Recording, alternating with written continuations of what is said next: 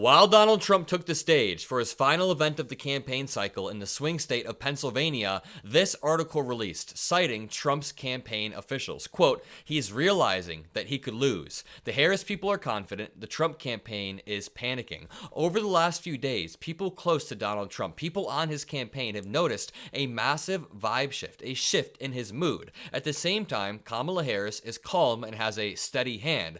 As calm as Barack Obama was in 2012 when people were saying it's going to be a tight race, Mitt Romney might win, Mitt Romney might eke it out. President Obama was calm, and then after he won, he said, look, all we had to do was work, and Kamala Harris is emitting that same energy. So I'd like to use this opportunity to break down Donald Trump's final rally in Pennsylvania, break down some of Kamala Harris's remarks today, and even videos of her door knocking and canvassing. Take a look. On doors, talking to voters in Reading, Pennsylvania.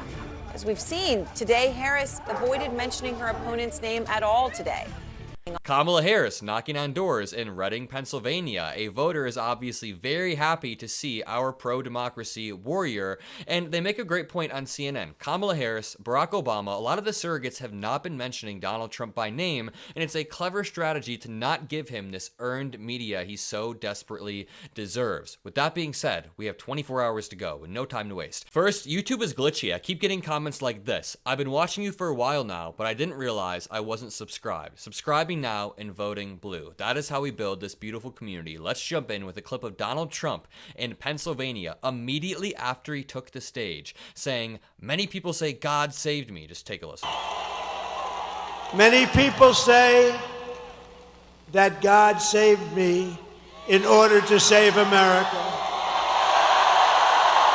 Many people are saying that. Many people are saying that. Who? Who is your source on that? This is a prime example of something that we created on this show called the Trump feedback loop. It is a noun, and yes, I wrote this in my notepad, as you can see, a self-perpetuating communication pattern in which Donald Trump generates a rumor or a false claim, amplifies that rumor through repeated mentions over and over, then subsequently asserts that, quote, "many people are saying it," creating the illusion of widespread belief in the idea, even when no external validation exists. It is a perfect example of the MAGA pipeline that is so vicious. Something will originate on TikTok or something will originate in the corners of Facebook. Then that will get boosted by the New York Post. That will get boosted by Elon Musk until Donald Trump picks it up. And then Fox News will start to cover this story because a presidential candidate is talking about it. Then after Fox News covers the story, Trump subsequently says, everybody's talking about it. Look at it. The media stations are all talking about it. Yeah, dude, you manipulated the media into talking about that. He is a total, absolute liar who's tweaking out at the same time. Watch this clip of Don Jr. tweaking out before we hop into this article about Trump panicking. Why would anyone, even a liberal celebrity, endorse Kamala Harris? Well, one reason is because we're seeing unprecedented amounts of pay for play. Pay for play. He's about to blame this on Diddy. He's actually about to blame this on Diddy when maybe celebrities live in diverse areas. They tend to skew more liberal because they care about equality. Again, none of this is organic. It's a paid influencer operation. Know that. The celebrities who are getting paid are getting probably paid in another way because they're either on an Epstein list or a Diddy party list or both. We all saw that, how magically Diddy gets busted and all of a sudden everyone's endorsing the Democrat. Just out of nowhere. Huh. The people that were endorsing Trump, well, we're going to go the... Dude, what is this guy on? First of all, celebrities have historically endorsed Democrats. Just look at 2020. Practically every A-list celebrity lined up behind Biden, endorsed Biden, and were more than happy to. They were more than happy to endorse Hillary Clinton, and I would bet that they are even more excited about Kamala than they were about the previous two Democratic candidates because Kamala's young. She's refreshing. It would be the first ever woman president, a black woman president. The representation is amazing, and can you just imagine? Like, what is this dude on? Can you imagine Diddy using his one free phone call to call up Billie Eilish and say, you have to endorse Kamala on stage? That's my one wish. What does this guy think is going on? This is desperation. It is paranoia. It is some wacky stuff. Watch this clip. Friend of the show, Ron Filipkowski, an editor-in-chief at MeidasTouch, says, Don Jr. sounds like he's going to cry tonight. Women are still showing up more than men. If men get off their butts and show up and vote, we win. If young people who don't want to be subjected to the insanity of the Democrat Party, if they want to get out of their mom's house one day, if they want to buy their own home, if they want to have jobs, we win. But we don't win if we don't show up. And that's the reality. If you show up, bring a friend. Heck, bring 10 friends, bring 100 friends, bring 1,000. Yes, it may take longer than we'd like. I get it. But remember, it's one day to save America. If you're in... This guy sounds desperate, right? He's reading off something saying, please show up. He's practically begging men, while Jesse Waters is demeaning women on Fox News, while Trump surrogates are demeaning women in interviews. And you know, let's jump into this fun article, and then I want to show you guys this Trump rally because it is going off the rails. Quote, he's realizing that he could lose. Harris people are confident. The Trump campaign is panicking. The mood couldn't be more different among the staffers accompanying the two presidential candidates, Andrew Feinberg reports. With just 24 hours until Election Day, the contrast between the two campaigns and the mood of their employees couldn't be more clear. Harris, who just a few weeks ago appeared to have run out of the momentum she'd quickly gathered after Biden dropped out, is surging thanks to a series of late-game missteps by Trump and his allies. Those missteps include the disastrous decision to include a comedian who talked about Puerto Rico. I won't even re-say the comment. On Saturday, renowned pollster Ann Seltzer released her annual survey of Iowa voters, which showed Harris with a 3-point lead in the Hawkeye state based on an incredibly strong showing with female voters, mainly elderly females, independent-leaning females, white females shifting from the Republican Party to the Democratic Party, and black women saving this country as always. Kamala Harris was leading 47-44 in Iowa, and Harris, who trailed Trump by a 4-point margin among Iowans in September, had also inherited a whopping 18-point deficit when she took over the Democratic nomination from Biden. What they're saying is that Biden was losing by 18 points in Iowa in July, and then Harris was losing by 4 last month. Now she's up by 4. Another national poll released by NPR on Monday showed Harris garnering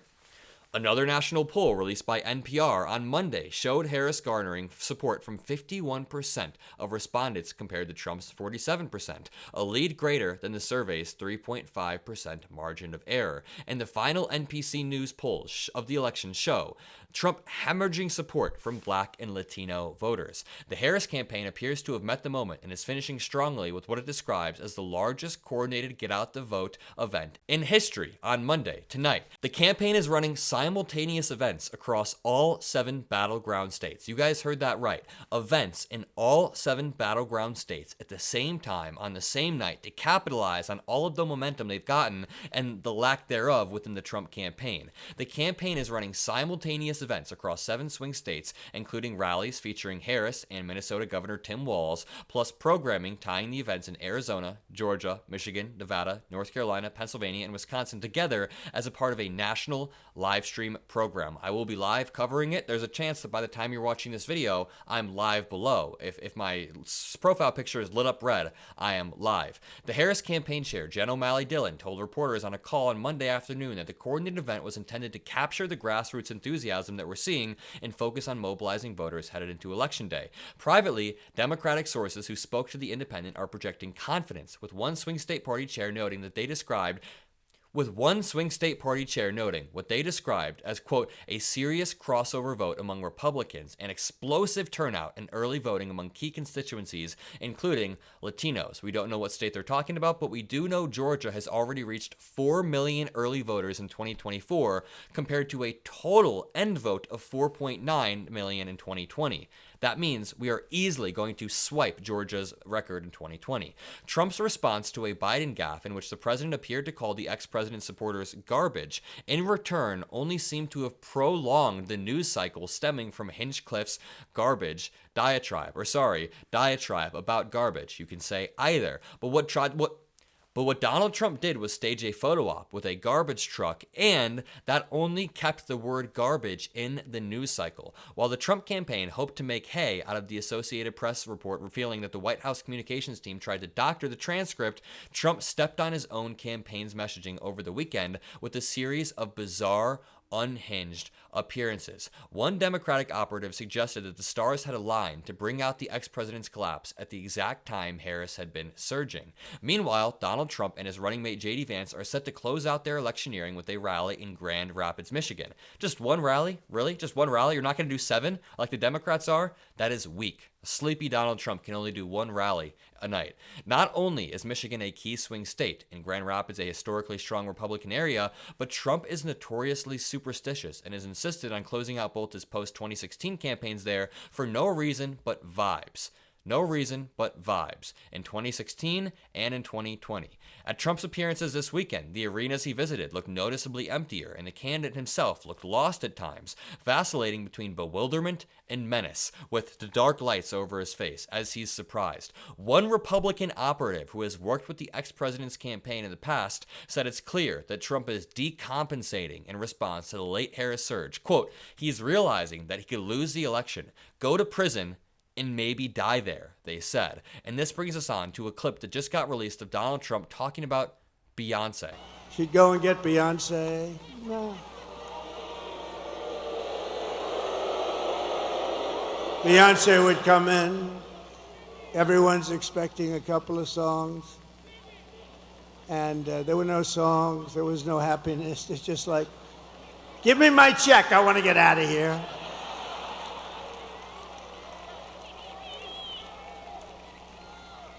But you always put the star. She should have learned this from Crooked Hillary. Always put the star after you. That way the people stay. Finish your speech. This is coming from Donald Trump. Donald Trump, who has had almost every single rally over the past month emptied out halfway through it. Meanwhile, while Donald Trump is reciting his old grievances, Kamala Harris and AOC are currently canvassing in Reading, Pennsylvania. Let's take a listen.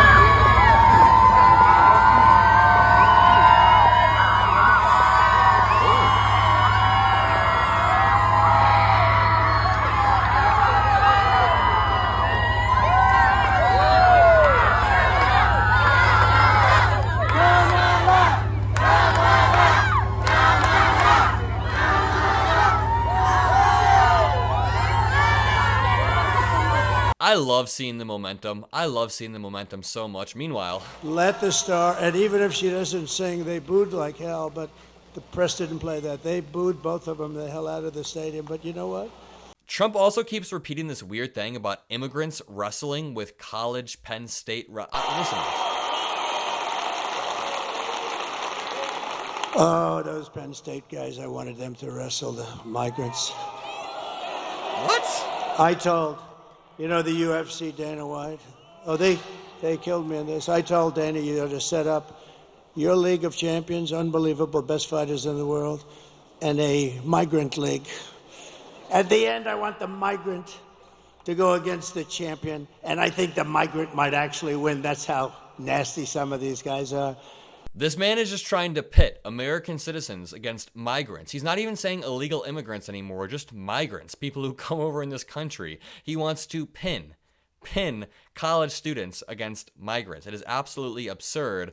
And I want to end this off by showing you a Twitter post that I made and some of the responses I got. You guys are about to be mind blown. I said, my 82-year-old great-grandma just voted for Kamala Harris. She barely speaks English. There's a massive language barrier, yet she sees Trump for who he is. She came from Syria in the 90s, became a citizen in 2008, and she is a part of this democracy. No, she is not poisoning it. She is strengthening it. She's one of the sweetest human beings I've ever met. And I want to read some of these replies to you. They're going to blow your mind, so trigger warning. Someone said in response to Adam Mockler, we didn't ask her to come here, and we don't want her. Deport that pig. That one was 17 seconds ago. Someone said, deport all your asses to whatever dirt mound you come from. Deport her. Deport. Bro, I'll deport your grandma tomorrow, dude. Deport that creature and its offspring. Deport that hoe. Deport her now. Deport. There are so many worse ones calling her the R word, but I'm just filtering by deport. These are all in the past 30 minutes. It gets worse and worse, but I'll spare you guys the details.